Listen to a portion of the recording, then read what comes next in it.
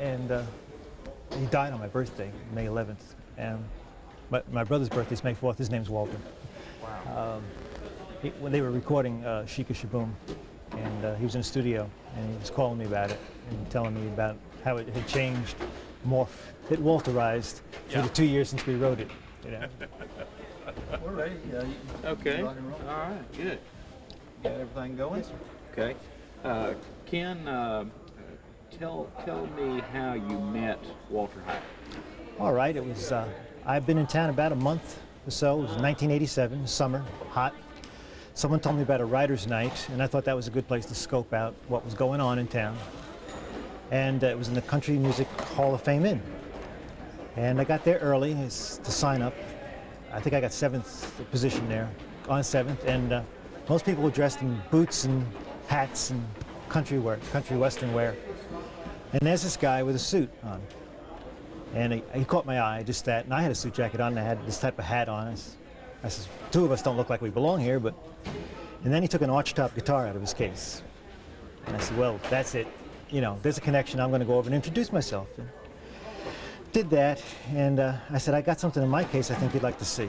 And he followed me over and opened the case, and I have a 7-string arch-top guitar, which is really rare. And he just said, man, that's tough. You know, that's the way he was. And a month later, we were writing songs together. And you know, incredible.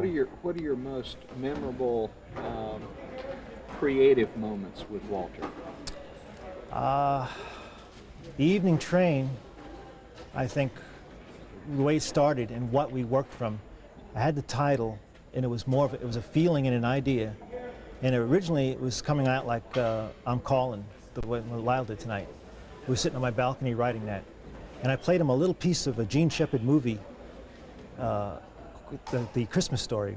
And I said, now listen for the train, it's evening time. I said, listen to the train in the background. I just got it in for background noise. And I says, and I used to practice my guitar at night, and I'd hear a train in the distance, I says, and it just makes you think everything's all right.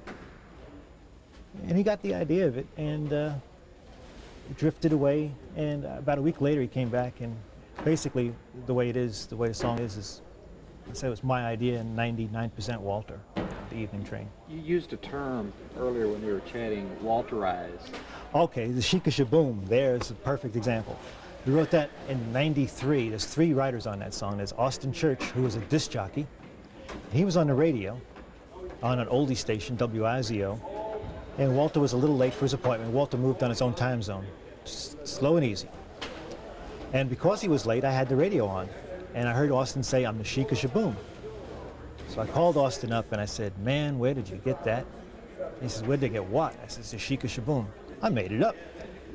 So Walter walks in, he wasn't quite awake yet, kind of drags in his guitar, and I says, I got a title. He says, what do you got? I said, Shika Shaboom.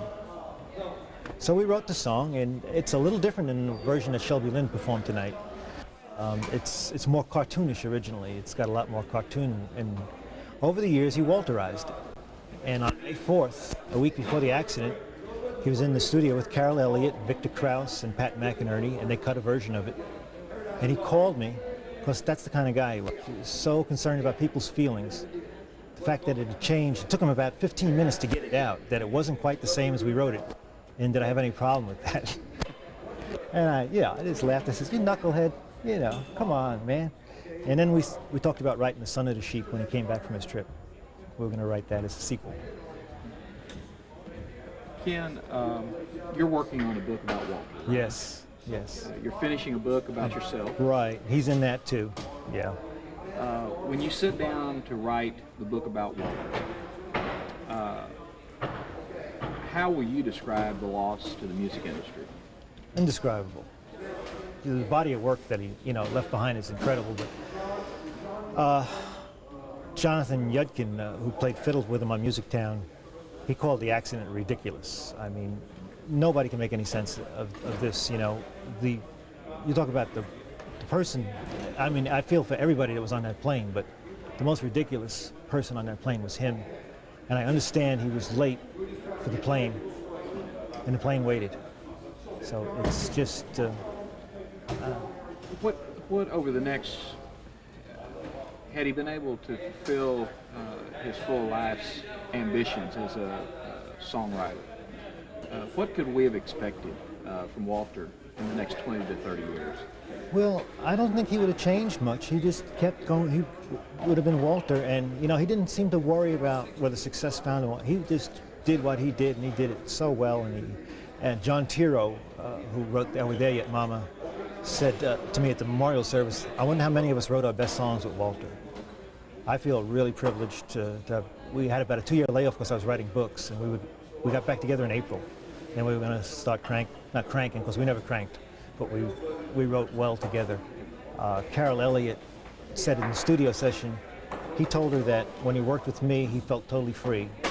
And that's the way, because we wind up sometimes with 2 different versions of the same song. As a Sheikah Shaboom is, it's recorded 2 different ways.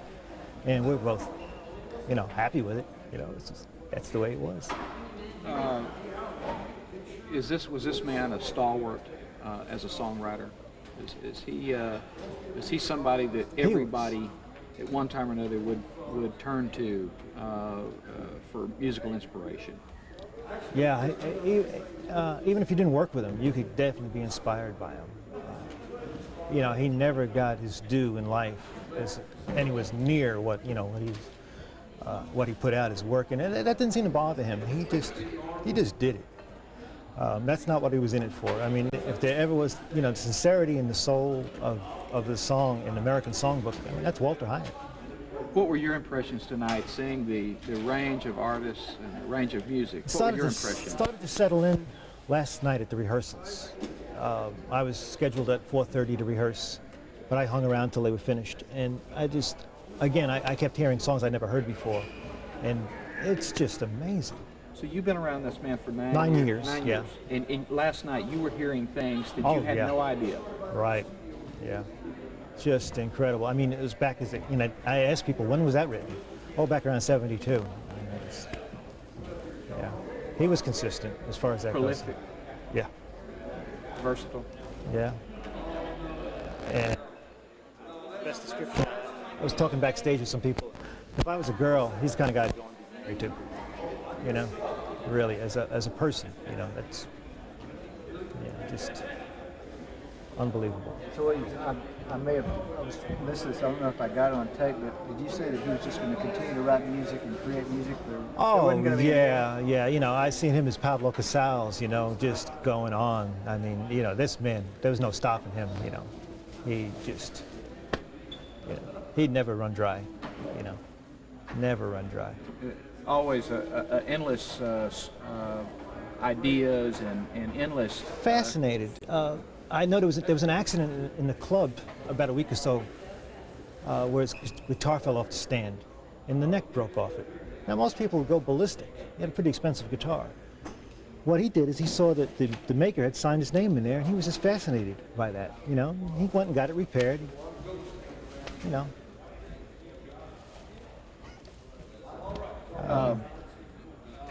What single song do you think exemplified Walter? If you had to pick a song out, is there a single song that exemplified him? No, I don't think so.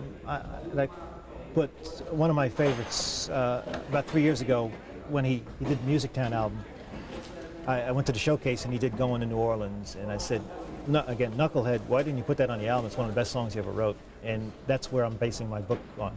If you ever miss your song, man, just write the White Azalea Hotel. Yeah. That's great. That's great. Great.